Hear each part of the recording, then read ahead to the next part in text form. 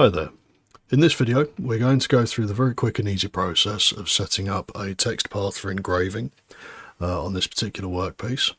So to do so, the first thing that we need to do is we need to go back into the model space. So I'm going to click on the model tab here and I'm going to select the part just so we've got it properly assigned.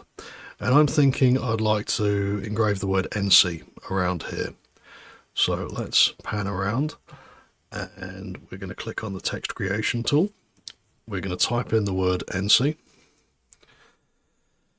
And first thing that we want to do is we want to change the angle to 90 degrees like that. And we're going to set it to center justification, even though it doesn't seem to quite align up to the dead center there, but that's not a huge problem because there's a 10mm offset in Y here, which would be Y. So sorry, terrible pun there. So I'm going to type in 0 there and that should centralize it. And we're going to drop it in X by about 60, I think, maybe give or take a little bit more. So we're going to go with 64. And I'm going to change the height slightly because 10mm seems a little big. So I'm going to change that to 8. And generally that seems quite nicely centered and aligned on the part that we want it to be on. So I would say that I'm satisfied with that. So we're going to now click apply and OK. Now the next thing that we need to do is we need to make sure that it's actually applied to the correct height on the part. So the easy way to do this would be to select it so we know exactly what we're moving. And as you can see, it's offset from this plane quite a bit. So we are going to go into the spatial transformations menu and we're going to drop it in the Z axis. I believe that's down to -14, but let's just check. Yes, -14. So we're going to click apply and close. And we can now return to the machining tab and actually set up the process for it. So we're going to go to add operation. We're going to go to 2D and then engraving. And we're going to change the view a little bit so we can see a bit more of what's going on. We're going to select the text again. It's a little bit hard to see with this coloration. And we're going to click on job assignment and add pocket.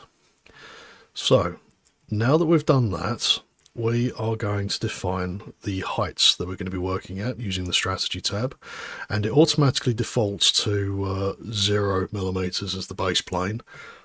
We're working at -14, remember, and we want to set our bottom level to let's go with 0.75 of a millimeter, so -14.75. And we're going to turn on V carving as well, because otherwise it'll try to trace the outline. We don't really want it to trace the outline. We want it to actually fill out the text as best it can.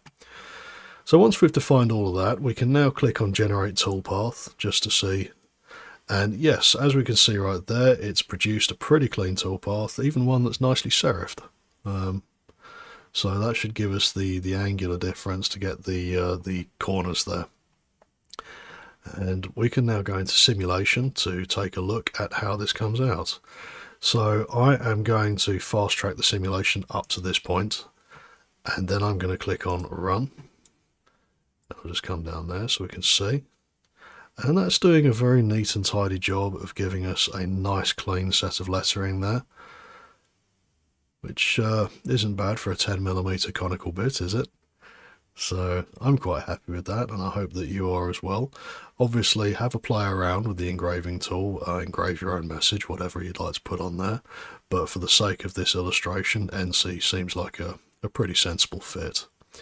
So that is how we set up text engraving paths in ENCY. As promised, nice, quick, simple and easy. In the next video, we're going to do the final part setup. We're going to flip it over and face off the back face, as well as dealing with any tidy up things that we want to do before we finish. So I shall see you in the next video. Take care.